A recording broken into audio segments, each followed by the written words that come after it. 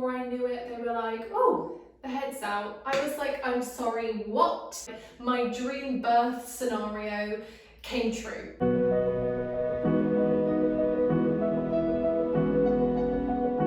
Hi guys, it's Laurie here from Lemon Yoga. Welcome back to my channel. If you are new here, then welcome. Thank you so much for being here today. Today I'm here to sit down and take you through my second positive birth story. So if you're new to my channel, I post a lot of yoga content, a lot of pregnancy yoga content, a lot of yoga to get baby moving and to induce labour, things like that. I also post postnatal content and then just regular yoga content as well. Now with my first, I sat down and recorded my birth story, not only for a little memory for me in years to come, but so I can share that positive birth story with all of you guys out there, because I think that it's really, really important that we share our birth stories, whatever they may be, whether we found them a positive experience or not. But I think it's super important that we do share those positive birth stories, because I think what tends to happen is those more dramatic or traumatic stories, they get heard the loudest, and then these positive birth stories can sometimes get lost amongst those more traumatic ones. So I know if you're a mum-to-be, if you're expecting your first, second, whatever it may be, baby, I know that the thing that you want to fill your head with is those positive birth stories. So I'm super glad you found this video today. I can't wait to take you through my birth story. It was the most magical and positive birth experience I could have possibly imagined for myself. Like, my dream birth scenario came true. So keep watching if you are interested to learn more, and let's get started. So I'm going to take you back to the very beginning. I was having a pretty rough time at the end of my pregnancy. I was getting super low blood pressure. It was like 88/54. If you know anything about blood pressure, that's super low. And whilst they don't do anything, they don't want to induce low blood pressure or do anything like that, I was feeling pretty miserable. So at 38 weeks, my first came at 37 weeks, completely naturally by herself. Do check out her birth story if you want to. I will leave it in the description box below. So my first came at 37 weeks naturally, so by the time I'd got to 38 weeks, the longest I'd ever been pregnant, which I know is actually really not that long at all. I know a lot of people go for 42 weeks. But my midwife suggested for me that I have a sweep at home, because she thought that I might, it might get things going for me. So because my blood pressure was so low, she came around my house and she gave me a sweep, and she also said that it looked like I was already, I think, 3 centimetres dilated at the time before the sweep. So she was pretty confident that my body was getting ready to go into labour anyway. Of course, I was doing loads of my yoga flows leading up to going into labour, so I think that was really helping to get things moving. I was doing lots of my inducing labour flows, getting baby into position, and I was also bouncing on my birthing ball every single day whenever I got the chance. So it is at this point Monday, and she came and did a sweep. I was like, do you know what, I really think I'm going to go into labour. I felt really positive, even though I could feel nothing had changed. I was really positive that things would happen for me. So we will fast forward to the next morning. It's now Tuesday. I wake up, nothing's happened yet. I'm supposed to be meeting my mum for coffee at 11 AM. Now this is the first time I've met my mum in a while, because my mum had had an operation and hadn't been able to drive. And I really, really wanted my mum to be there when I was going to go into labour and when I was going to have my baby, because I wanted her to be the one to look after my eldest daughter. So I really do think there's something in that my mind and my body were not going to let go until they knew that my mum was there and going to be there to look after my older child. So 11 AM rolls around when I'm supposed to be meeting my mum for coffee, and my mucus plug came out. This never happened with my first, so my gosh, if you've not had a mucus plug experience, it is something else. You'll know what it is when you see it. There's no way you can miss it. So called my mum, said, I'm going to be late, it's 11 AM, I'm supposed to be meeting you, but my mucus plug has just come out, and yeah, I'll be there as soon as I can. Eventually get myself out the door and just feel like a twinge of a contraction, just a twinge. So I'm like, okay, it's cool. I'm going to drive to where I'm meeting her, it's only down the road, go and meet her for coffee, and we're sitting having lovely coffee, really nice, and then I'm like, ooh, getting another one. So then I started to time these contractions and I realised they were coming every 20 minutes. So I was like, and like 20 minutes on the dot. So I was like, I'm pretty sure from what I know, not that I had this with my first, if you go back and listen, you'll know it all happened really quickly with my first. But if you do have a more traditional labour, the contractions start about 20 minutes apart. So I was like, this is really feeling like labour, but I also didn't trust it just because of how different my first had been with my waters going first. So I was like, I'm not sure that this is it, but it could be. Anyway, the contractions kept coming every 20 minutes. I went to buy something after we'd had coffee from the garden centre. My mum had gone off with my eldest daughter and they left me to stand in the queue. I had another one of these contractions. It was quite a bit more intense. So I was like, where the heck is she? How could she ditch me in the store when I'm literally in labour? Anyway, I found her and I was like, we need to go home. I'm definitely in labour. I need to go chill out now. Like, I've done my bit of walking around, which by the way, I'm truly like a fan of. And I advocate for getting up and walking around in labour, especially the early labour stages, if you want things to progress faster. I just got fed up of standing at this point. So I drove home and by this time it's like gone lunchtime, it's sometime in the afternoon and I was getting super uncomfortable. So I said, I'm getting in the bath. Left my mum to play with my eldest daughter. My husband was just working from home. I kind of warned him, you know, like I'm pretty sure things are getting going now, but I'm not 100% sure, but yeah, I'm pretty sure this is happening. Got in the bath. Contractions were pretty strong at this point, but they were still about 15 minutes apart, so I wasn't like, I need to rush out the door. There I am in the bath, using that water to relieve pain, feeling really calm, feeling relaxed, and just breathing through it. And then they started to really ramp up and I started to get quite hot. So I got out of the bath and it must have been about 5 o'clock and I said to my mum, I know if I eat it will make me sick in labour, but I also know I cannot push this baby out if I don't have the energy to do it. So I made the decision to eat dinner, even though I knew full well that that would say hello to me again later, and it did. Warned my husband that things were getting pretty heated now, the contractions were a lot closer together, and I just wanted both of us to eat something real fast, grab the hospital bag and go. I say hospital bag, we were not going to the hospital, we were going to the birthing centre. I chose not to have a hospital birth this time. I had had a hospital birth with my first, but where we live, we're in rural Somerset. So our nearest hospital is a 45-minute drive if the road is clear.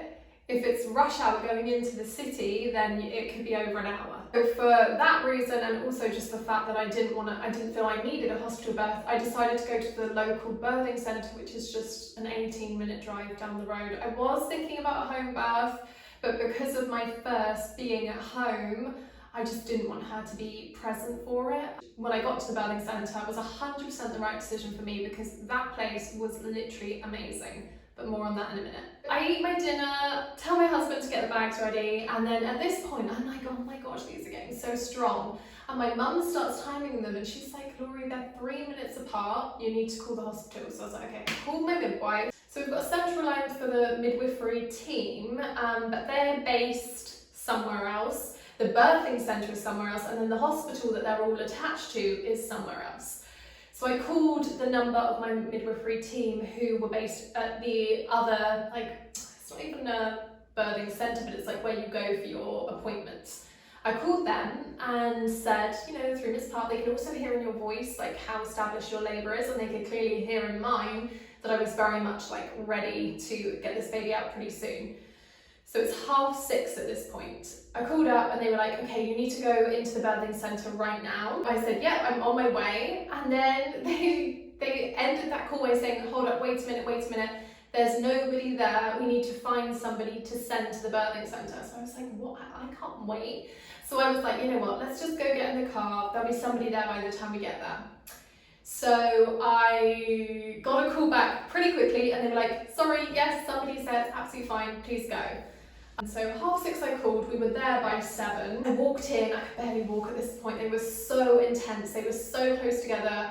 Bear in mind, like absolutely no pain relief at this point, but I didn't have any pain relief in my first birth at all. It was just a completely natural birth. I didn't feel like I needed any at this point. Anyway, I arrived at the birthing centre, we went in, it's this huge room. I think it was 2 or maybe 3 midwives or like, you know, healthcare workers in the room. They were all really calm, all sat down out of the way, the lights were dimmed, and they just welcomed me in this really nice, calming way, asked me if I wanted to get in the pool. They said that they'd filled up the pool for me, or if I wanted to have a check first. I said that they could check me. I was really keen to know how dilated I was. I think they said I was like a 6 at that point when I arrived, which I think is what I was when I arrived at the hospital with my first birth. I was a 6, so they said you can go get in the water, it's already run for you. And I went through to this room, which is like, it's attached, but it's a separate room, but it's completely private. And it had this huge birth pool. It had, like, along the wall was a picture of a waterfall. There were fairy lights everywhere. I had a playlist, which I 100% recommend to you.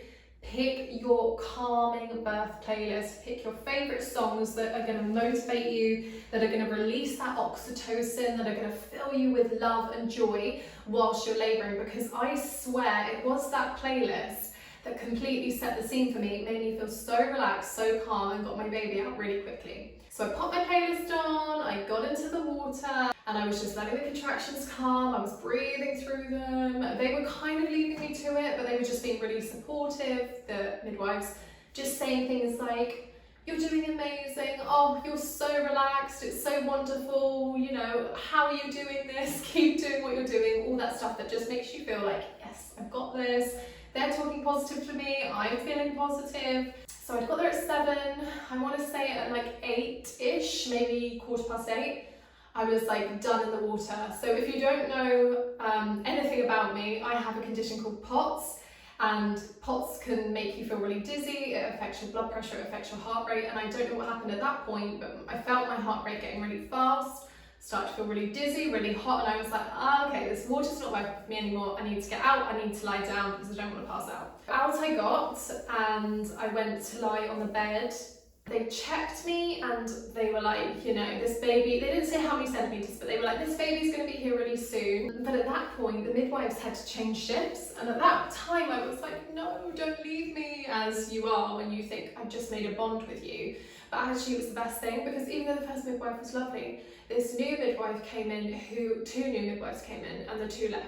And the 2 that left were really young, and the 2 that arrived were old, and I feel like I needed that like motherly, elderly energy to get me through this labour. So I felt immediately relaxed with them. I felt like they really knew their stuff and that they were really supportive. They were going to take care of me. They knew what they were doing. This midwife, her name was Emma. Oh my gosh, she had the most calming voice. If I could have picked a midwife that I thought would best get on with me in labour, it would have been her. But she just walked in with this most amazing energy, and she spoke so softly and so calmly, and not once did she give me directions or instructions. I remember with my first birth there was lots of like push harder, which I think is completely wrong. That didn't work for me. Not that I had a bad experience first time, but that's something I learned through my first experience, that I did not want to be told things like push. I just wanted to trust my body knew what it was doing, which your body 100% knows what to do. If you just listen to your body and you let it birth your baby, it will do it for you.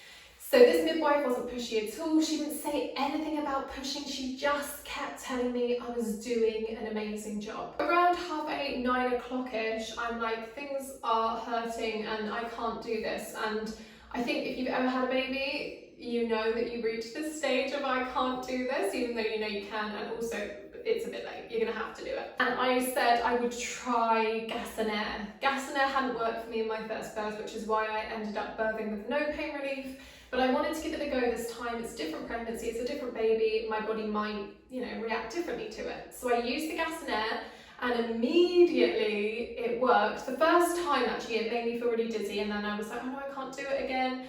They encouraged me to try once more, and it just made me feel relaxed. There I am on the gas and air. I've kind of now just gone into like this sort of dream-like relaxed state, just closing my eyes, lying on my side, and just using the gas and air every time I get a contraction, squeezing on my husband's hand. I found that really helpful. I'm still lying on my side at this point. I got up a few more times in between just to sort of walk around because I felt uncomfortable, and then I'd lie back down again and have the gas and air. The pushing stage started, like I could just feel my body naturally wanted to push, so I went with it. And then literally before I knew it, they were like, oh, the head's out. I was like, I'm sorry, what? I couldn't believe it, because with my first, I had the ring of fire. Okay, so if you don't know about the ring of fire, when the baby's head drops down into the pelvis and you're literally ready to push the baby out, your bones are being pulled apart. And whilst that was happening with my first birth, the pain was so intense, so unreal. All I can think of it is my crotch was on fire. That's what it felt like. With my second, I was waiting for the ring of fire, and yet there I was with the head out and no ring of fire. I don't know if it's because I was more stretched the second time, could well be, but I also just think it's because I was using the gas and air the second time and I was a lot more relaxed. So I felt so calm, so relaxed, just trusting my body. Boom, there was the head, and then within seconds they delivered the rest of the body, and there she was, and she was put on me, and I couldn't believe she was born. I was like, is she really here? Has this actually just happened? I thought I had so much longer to go, and yeah, and that's why I just say that ending to the actual pushing and giving birth part was, it was breezy, it was calm, it was relaxing. I'm not saying it was pain-free, it was not pain-free, but I had the gas and air, and the gas and air made me feel so relaxed, and my breathing just made me feel so relaxed that it just happened. And they just gave her a little white, and I asked them to confirm she was a girl because nobody said, they just put her on me, and I'd obviously found out in pregnancy that she was a girl, which is why I was assuming she was a girl, but I wanted to check, so I said, is she a girl? They said yes. So I said, oh, hello Iris, that's her name. We'd already named her when I was pregnant, and yeah, they wiped her off a little bit, I gave her a hug, and then I just started breastfeeding her. So we breastfed almost right away. We had skin to skin immediately, breastfed right away. I needed stitches, the same that I needed with my first. I had a 2nd degree tear, which I know for some of you might be like, oh my gosh, the pain, but honestly, both times I never knew I ripped, in both my first and second birth, and both times postnatally I never had any issues with my stitches healing.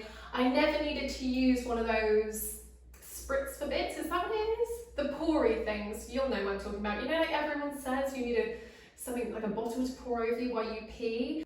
Neither of my postnatal experiences did I need anything. I just never had any pain down there once I'd been stitched. They just healed nicely. And I think I did speak to the midwife about that, because I was like, why is it that people say that you need that, like, to pour water over you? And she was like, well, normally I don't think people are as hydrated as you, because she'd always, you know, you had to give your urine samples throughout your pregnancy. She was always so amazed by how clear my urine is, but it's because I drink so much water, because I have POTS, so I always stay hydrated. But yeah, I think if you do stay hydrated, then I don't think it really hurts to go to the toilet after you've given birth. So there's a little pro tip for you. If you are about to have a baby, then make sure you drink loads and loads of water postnatally, and then it's not going to hurt when you pee, because it never ever stung me, I promise you that. So yeah, back to actually giving birth. We breastfed right away, they stitched me up, that was a little bit uncomfortable. I needed, like, I think 2 more puffs of the gas and air whilst they did that. Oh, obviously I did the placenta as well, I did that first. I had the injection for that. I've had it for both of mine just because it makes the placenta come out really fast. I know that you can wait for it to come naturally, you can birth your placenta naturally if you want to. That is literally just a personal preference. For me, I just want that time after I've given birth to focus on my baby, but I know lots of people want to take that time to birth the placenta on their own as well. So you do whatever you want to do. At that point, I'm totally done with labour. I do not want any more labour contractions. I just want that placenta gone.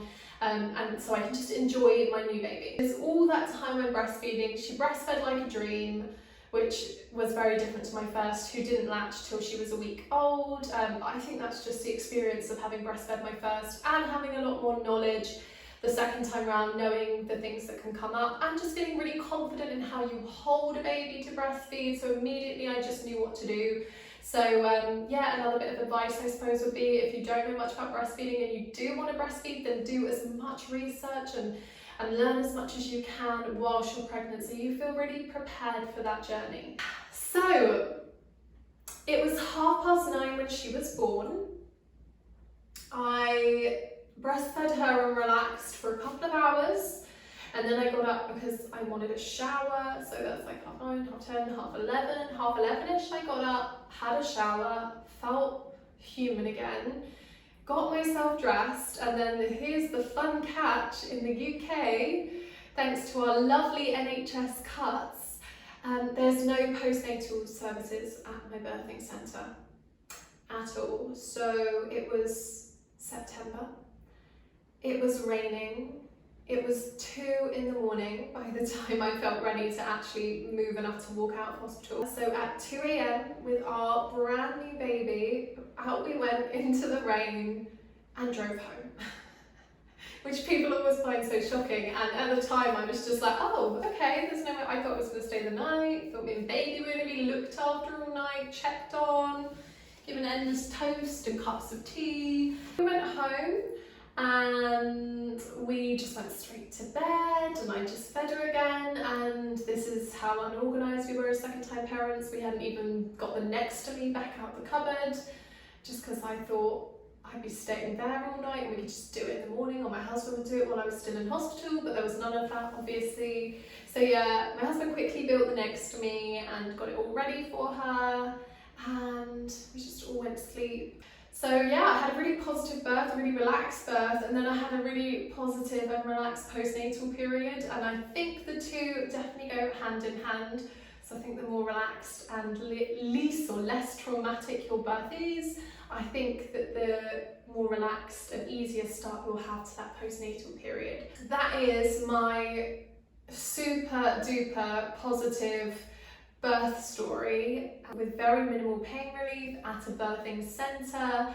I really hope that you enjoyed listening to my story. Obviously, it's such an important part of my life and something that I will always fondly look back on, and I'm really glad now that I've documented this, so if there's any bits of it I forget in the future, I can come back and watch this. So I really hope you enjoyed this today. If you did, please give this video a quick thumbs up, hit subscribe, come and join the Lemon Yoga family. I'd absolutely love to have you here.